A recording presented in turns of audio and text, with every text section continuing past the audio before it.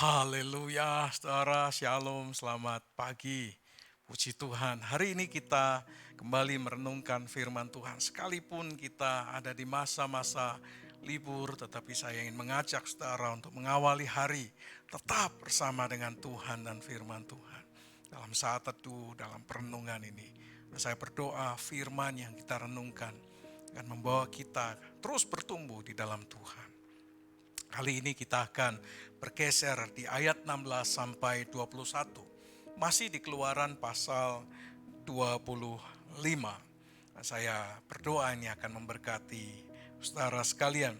Kita akan belajar bagaimana sih kita menjadi orang-orang berbahagia di dalam Tuhan. Dan kiranya firman Tuhan menjawab kerinduan hati setiap kita. Sebelumnya mari kita berdoa. Tuhan, kami bersyukur, terima kasih untuk berkat rahmat-Mu. Kami ingin menikmati kebahagiaan ketika kami ada di dalam Tuhan. Dan kami percaya di dalam Tuhan selalu ada kebahagiaan. Berbicaralah kepada kami Tuhan dan berkati kami. Di dalam nama Tuhan Yesus kami berdoa. Amin. Keluaran 25 ayat 16 sampai 21. Saudara, dia akan bantu kita membacakan bagian ini. Silahkan adik.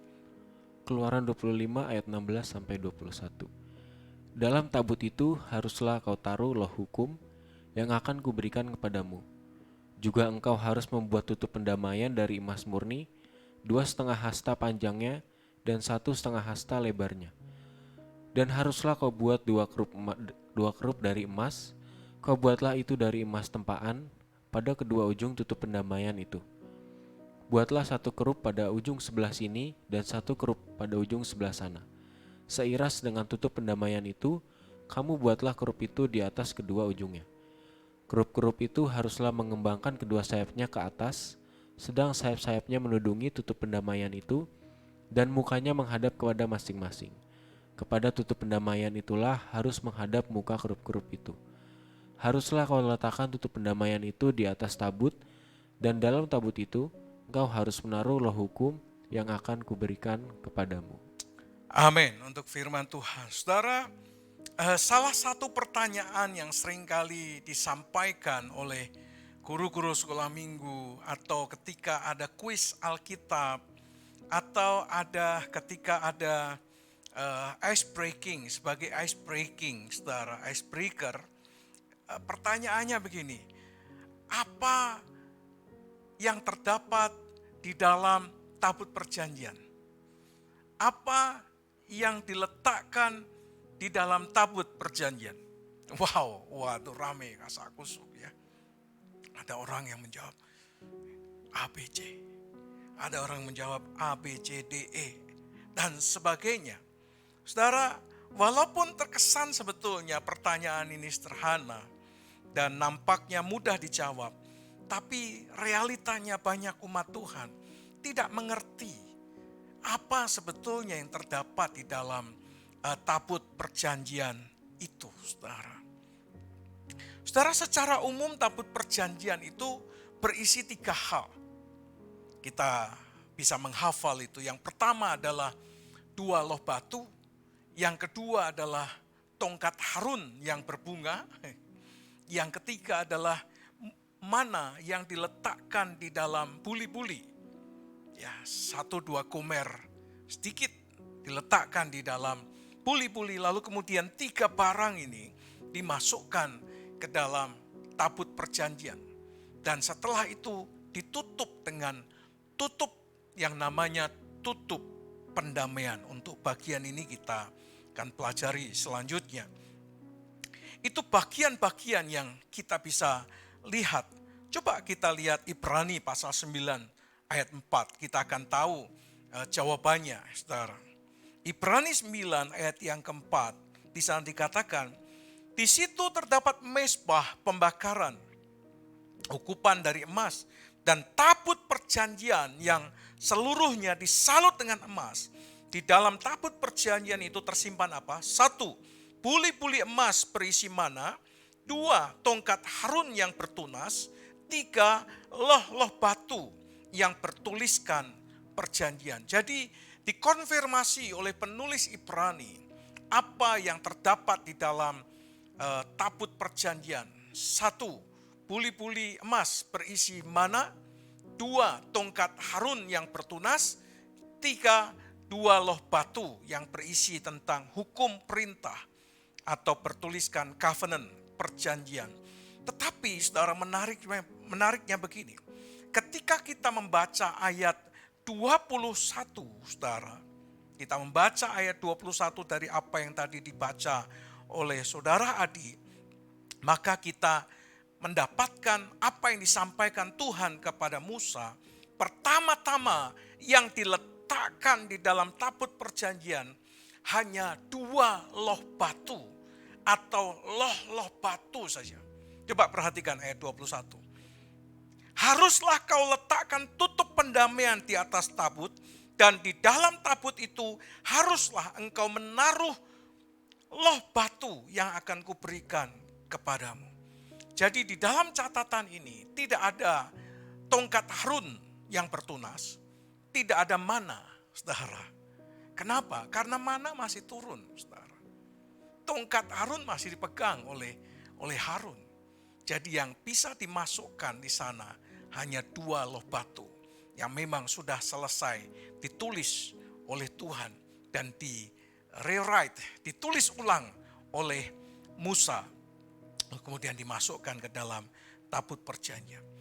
Apa yang hendak dikatakan oleh Tuhan kepada Musa, saudara? Apa yang hendak Tuhan bicarakan kepada kita sebetulnya melalui perikop ini? Kalau kemarin kita belajar tentang tabut adalah tempat di mana Allah hadir, kita belajar tentang mengutamakan Tuhan sebagai yang utama dan yang pertama. Dan apa yang Tuhan sampaikan kepada kita hari ini, apa yang dapat kita pelajari melalui perikop ini? Saudara, ada beberapa hal. Yang pertama, saudara, yang harus diutamakan adalah Tuhan sendiri. Kita sudah belajar itu kemarin. Yang diutamakan adalah Tuhan. Nah, yang kedua, saudara, yang harus diutamakan setelah Tuhan adalah hukumnya, adalah perintahnya, adalah firman-Nya. Jadi bagian yang kedua yang harus diutamakan dalam kehidupan kita adalah firman Tuhan. Firman Tuhan harus menjadi perhatian yang khusus atau perhatian yang sungguh-sungguh dari umat Tuhan. Jangan sampai umatnya melupakan hukum Tuhan. Jangan sampai umatnya melupakan perintah Tuhan. Karena hukum-hukum Tuhan itu akan menjadi tuntunan bagi umatnya. Bagaimana mereka hidup dan bagaimana mereka berkenan di hadapan Allah. Saudara, kalau kita melihat pemazmur menggambarkan tentang hukum, firman dan perintah Tuhan itu sangat menarik sekali. Saudara, mungkin dari semua pasal di kitab Mazmur, mungkin pasal yang sering kali kita lewati adalah Mazmur 119. Karena Mazmur ini adalah Mazmur yang paling panjang, yang mungkin membuat kita bosan membacanya, apalagi isinya hukum. Bukan hukum dia, tapi berisi tentang hukum-hukum Tuhan dan bagaimana pemazmur menyikapi hukum-hukum Tuhan ini. Saudara, pemazmur mengatakan begini. Di dalam Mazmur 119 ayat 1 dan ayat yang kedua. Lihat, dikatakan berkaitan dengan hukum, dia berkata, berbahagialah orang-orang yang hidupnya tidak bercela, yang hidup menurut Taurat Tuhan. Berbahagialah orang-orang yang memegang peringatan-peringatannya, yang mencari dia dengan segenap hati. Yang pertama, saudara, berkenaan dengan hukum. Hukum ini penting. Oleh karena itulah hukum diletakkan di dalam tabut perjanjian. Supaya menjadi perhatian khusus umat Tuhan, bangsa Israel. Yang pertama Tuhan, yang kedua adalah firman, perintah dan hukum-hukumnya.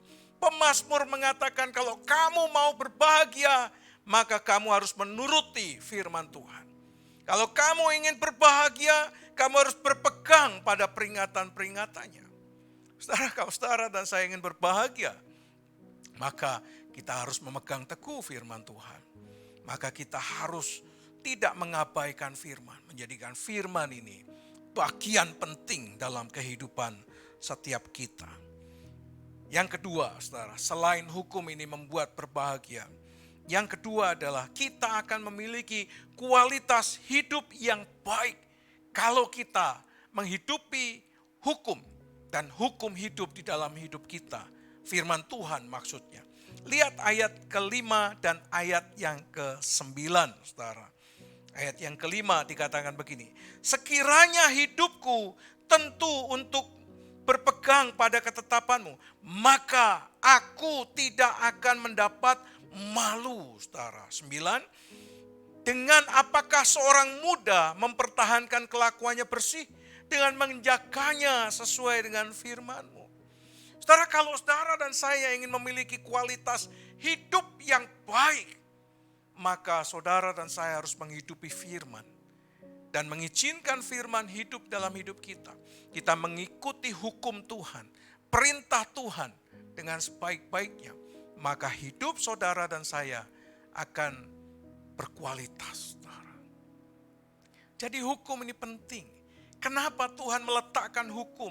Supaya kehidupan rohani, kehidupan bangsa Israel itu punya kualitas di atas kualitas bangsa-bangsa di sekitarnya. Berkenaan dengan Tuhan, hidup mereka tidak bercela. Bagaimana anak muda mempertahankan kelakuan bersihnya? Dengan menjaganya sesuai dengan hukum dan firman Tuhan. Yang ketiga, saudara, kenapa hukum ini penting? Karena kasih setia Tuhan akan mendatangi orang-orang yang berpegang teguh pada perintah Tuhan, pada hukum Tuhan, pada firman Tuhan. Lihat ayat yang ke-41, saudara. 41 mengatakan demikian. Kiranya kasih setiamu mendatangi aku, ya Tuhan. Keselamatan daripadamu itu sesuai dengan janjimu.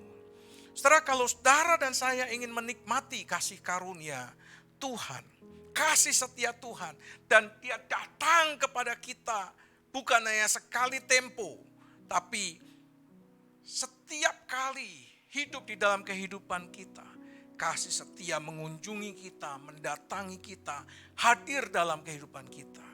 Itu terjadi ketika kita sungguh-sungguh berpegang pada firman Tuhan, sesuai dengan janji Tuhan. Demikianlah kasih setia Tuhan mendatangi kita, saudara. Ajaib bukan, saudara? Luar biasa. Yang keempat, saudara, ini yang kita suka. Berkat utama bagi orang yang berpegang pada firman Tuhan itu bukan materi, bukan uang, saudara, bukan kekayaan. Tapi berkat utama dalam kehidupan kita adalah Tuhan sebagai waris. Warisannya Tuhan seperti orang Lewi. Coba lihat ayat yang ke-57. Beginilah firman Tuhan, bagianku ialah Tuhan, kata pemazmur. Aku telah berjanji untuk berpegang pada firman-firman. Ketika kita berpegang pada firman-firman Tuhan, yang kita dapatkan bukan harta kekayaan itu mah kecil. Bukan uang itu terlalu kecil, saudara. Bukan kekayaan itu terlalu kecil, yang kita dapatkan adalah Tuhan sendiri. Yang empunya langit dan segala isinya. Bukan kekayaan, saudara, tapi Tuhan menjadi ahli waris kita. Saya hanya berkata begini, saudara. Kalau orang itu tinggal di tepi sungai, dia akan mendapatkan air dari sungai itu. Tapi suatu hari sungai itu bisa kering. Tapi kalau orang bisa mendapatkan sumber air, maka dia tidak akan pernah kekurangan air. Dan yang saudara dapatkan bukan air yang kotor. Saudara akan dapatkan air yang bersih, membuah-buah, menyegarkan, menyehatkan, membuat kita menikmati banyak hal. Kalau saudara hanya dapatkan kekayaan, dapatkan uang, dapatkan harta benda, suatu hari saudara bisa habis. Saudara akan kehilangan semuanya itu. Tapi kalau saudara dapatkan Tuhan, maka Alkitab mengatakan segalanya akan ditambahkan kepadamu. Saudara memegang hukum. Hukum penting menjadi pusat perhatian kita. Karena ketika kita berpegang teguh pada firman dan hukum Tuhan, yang kita dapatkan bukan yang fisik, bukan yang lahiriah, bukan yang material, tapi yang kita dapatkan adalah Tuhan sumber kehidupan. Luar biasa bukan? Yang selanjutnya, saudara, yang terakhir, masih ada banyak tapi saya berhenti sampai di sini. Firman Tuhan, hukum Tuhan itu akan membuat kita menjadi lebih bijaksana. Wow, ini luar biasa. Hukum Tuhan, kenapa kita perlu fokus kepada firman? Karena firman membuat kita bijaksana. Lihat ayat yang ke-98. Perintahmu membuat aku lebih bijaksana daripada musuh-musuhku, sebab selama-lamanya itu ada padaku. Saudara, bagaimana kita bisa menjadi lebih bijaksana? Orang menganjurkan kita membaca buku-buku. Buku-buku ilmu pengetahuan, buku-buku apa saja yang membuat kita semakin berwawasan, didorong untuk membacanya. Supaya kita menjadi lebih berpengetahuan.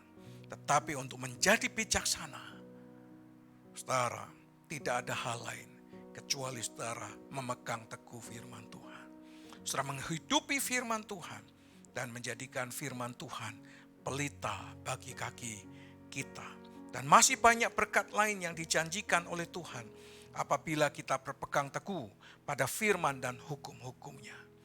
Beberapa bulan yang lalu, Februari ya saudara ya. Februari saya pergi ke Medan saudara. Di Medan ada anak-anak yang sekolah. Punya beberapa sekolah GKMI di Medan ini. Saudara, ada kesaksian yang menarik. Anak-anak di sekolah Holy Kids ini menjadi anak-anak yang pandai oleh karena mereka membaca kitab Amsal, saudara. Mereka berkata begini, takut akan Tuhan adalah permulaan hikmat. Takut akan Tuhan adalah permulaan hikmat.